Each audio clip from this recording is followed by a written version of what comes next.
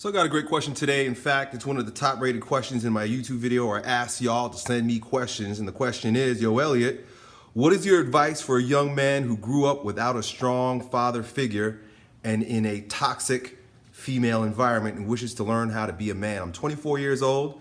My parents divorced at 10 years old. My father, although it might sound harsh, is a total beta. He's soft and he gets walked all over. I love him, but he never taught me how to be a man. In addition, I grew up with a mother who subconsciously seems to have disdain for all men. And all the females in my family treat their male partners horribly. I'm waking up to the reality of this and I'm appalled, right? It's crazy, it's a hard pill to swallow. I read Jack Donovan's book, The Way of Men, and I started watching your videos after I saw you on Simland's podcast. Is it too late to learn how to be a strong man and a good masculine man? I want to be a good role model for my 15-year-old nephew also. So thank you for your question, dude, and I think it's a really important question. A question is often overlooked because in this world where we have all been brainwashed, feminized, beat down, bogged down with a whole lot of bad media, anybody who tries to speak up for men, any man who tries to step up as a man, any man who's considering how to learn more about what it means to be a man, things that our ancestors used to teach us, things that fathers used to teach us, things that grandfathers, uncles, other men used to teach us, is quickly squashed, made fun of. I mean, look, the easiest way to keep people imprisoned is to make them all each other's prison guards. And so whenever we have these kind of conversations, there's always going to be people in the comment section, men, it's a shame, in the comment section who are like, what kind of man needs to know how to be a man? Who needs to be taught how to be a man? You should just know how to be a man.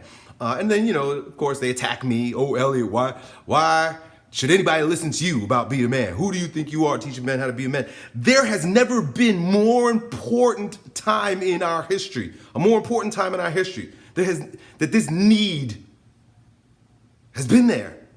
This is critical for the survival of the entire fucking species. Because men lead, men go first. This is a very, very, very, very important conversation. And even if you just look at the statistics of what's happening to men in this world and you realize that men are the overwhelming majority of those who commit suicide, are addicted to drugs, are living on the streets, are in our prisons, there is a male crisis. There's a men crisis. There's a big problem in our world right now. And I don't want to point any fingers, but this has all been fabricated, created, orchestrated through various woke movements starting in the 60s like feminism, right? The point of this video is not to point out the bad guy. You already recognize what feminism has did to your home, has done to your family. Your father, weak, feminized man. Your mother thinks she's a man, hates men. Ultimately, that's the point of feminism as it was ushered in by the CIA. Make no mistake about it. If you want to know the history of feminism, study the book, The Feminist Lie. I forget the author's name, but he's a lawyer, super smart dude. Anyway, it was ushered in as a means to destroy the family. And the best way to destroy the family is to effeminize the men, turn the women against the man. And so that's what we got right now. So we've got multiple generations at this point of young men who have grown up in homes and in a world where there's no good example of what it means to be a man. And yes, I will say it over and over again. I will state it till my last breath. Men need men to learn how to be men. It's not something that comes naturally, and you see it because when men are raised by women in an effeminate world, they hanker for something. They're hungry for something.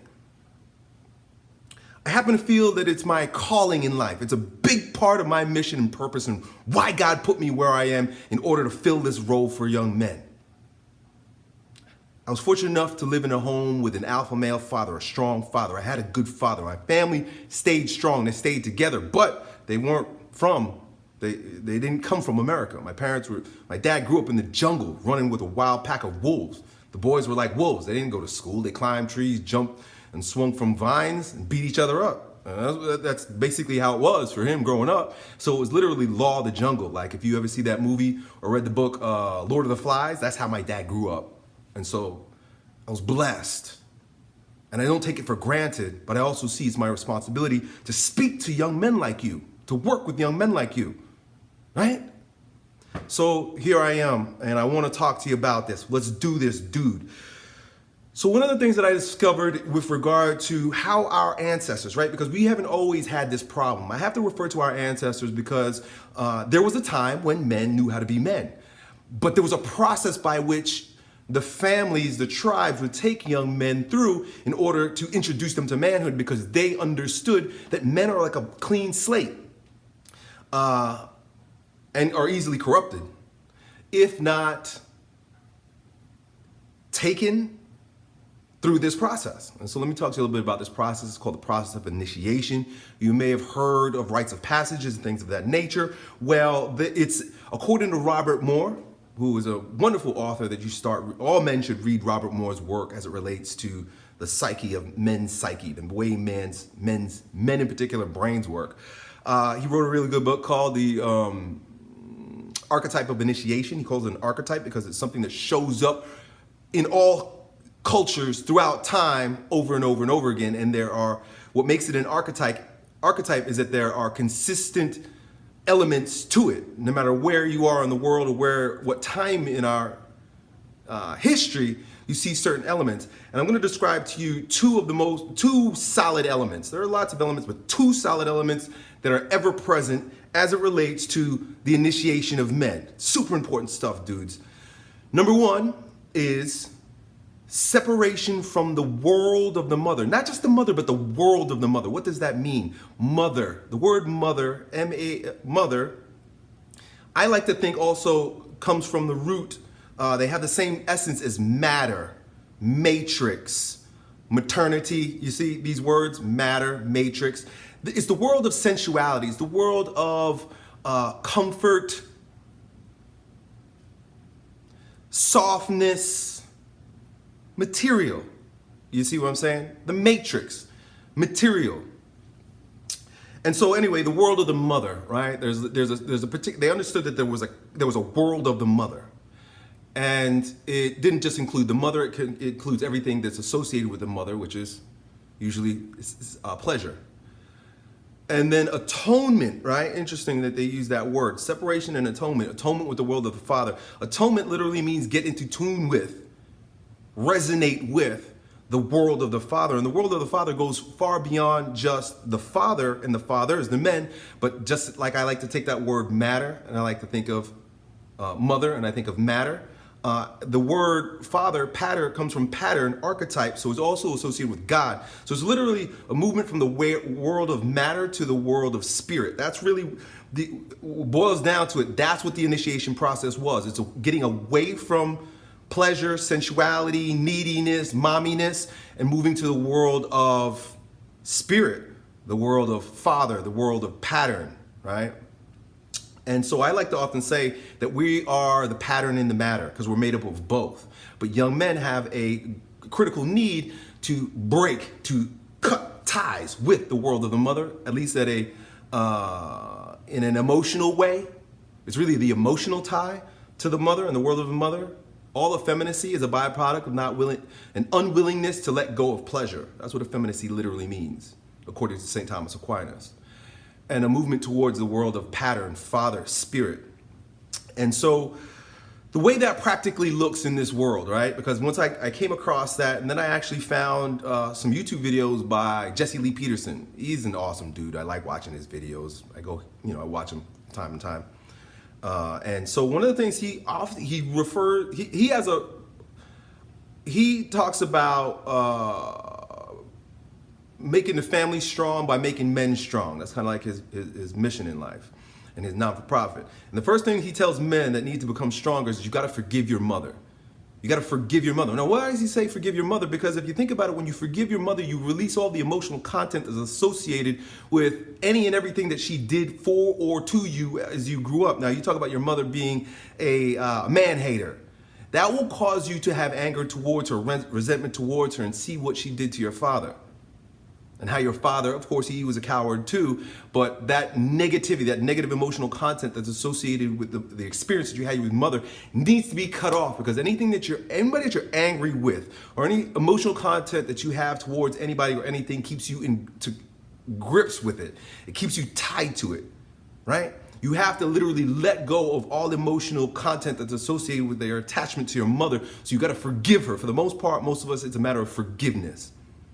You literally have to forgive your mother in your heart, in your mind, in your body, and you have to let go and have no feelings about your mother. And that's hard in our world where we're taught mommy everything. Oh, mama, mama, mama, mama. Don't talk about my mama, right? You get your ass kicked, talk about somebody's mama. Well, all that is effeminate. You need to have no feelings about your mother. Otherwise, you stay tied to her apron strings. And then you end up projecting it on other women. And most of the time when men have a relationship with young women, it's a projection of their relationship with their mother. It's perverted. It doesn't work. So that's the first step. I got to keep this video short, so I'm just going to go there with it. But then atonement with the world of the Father. Atonement with the world of the Father is very mental and spiritual, where the association with the mother is very emotional and physical. The association with the Father is very mental and spiritual, and that's why it has to be taught. That's why becoming a man isn't something that just happens. The body just happens and emotions just happen, but thoughts need to be programmed and spirit needs an atonement. These are two things that require work. To become a man requires work. It requires training. Do you understand what I'm saying? So atonement with the Father would typically look like in our societies the men literally taking a young man, taking him away from the world of the mother and introducing him to, number one, austerity, pain. In order to break his addiction to sensuality and pleasure, he would usually have a form of austerity, right? They would call it hazing today, but essentially he would have a physical challenge, fasting, things of this nature.